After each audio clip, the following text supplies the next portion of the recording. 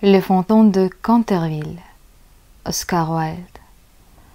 Lorsque M. Ramboetis, le ministre américain, achetait Canterville Chase, Tallemant lui dit qu'il commettait une folie, car il ne faisait aucun doute que le lieu était hanté.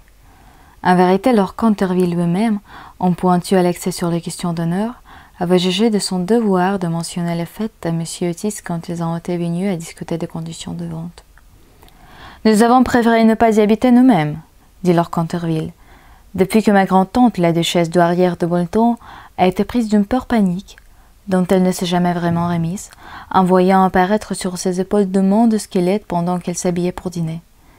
Il est de mon devoir de vous dire, monsieur Otis, que le fantôme a été vu par plusieurs membres vivants de ma famille, aussi bien que par le recteur de la paroisse, le révérend Augustus Dampier, diplômé de King's College à Cambridge. Après ce malheureux accident survenu à la duchesse, aucun de nos gens domestiques n'a voulu rester avec nous. Et Lady Canterville a souvent bien peu dormi la nuit en raison des bruits mystérieux qui venaient des couloirs et de la bibliothèque. « Milord, » répondit le ministre, « je prendrai le mobilier et le fantôme selon évaluation.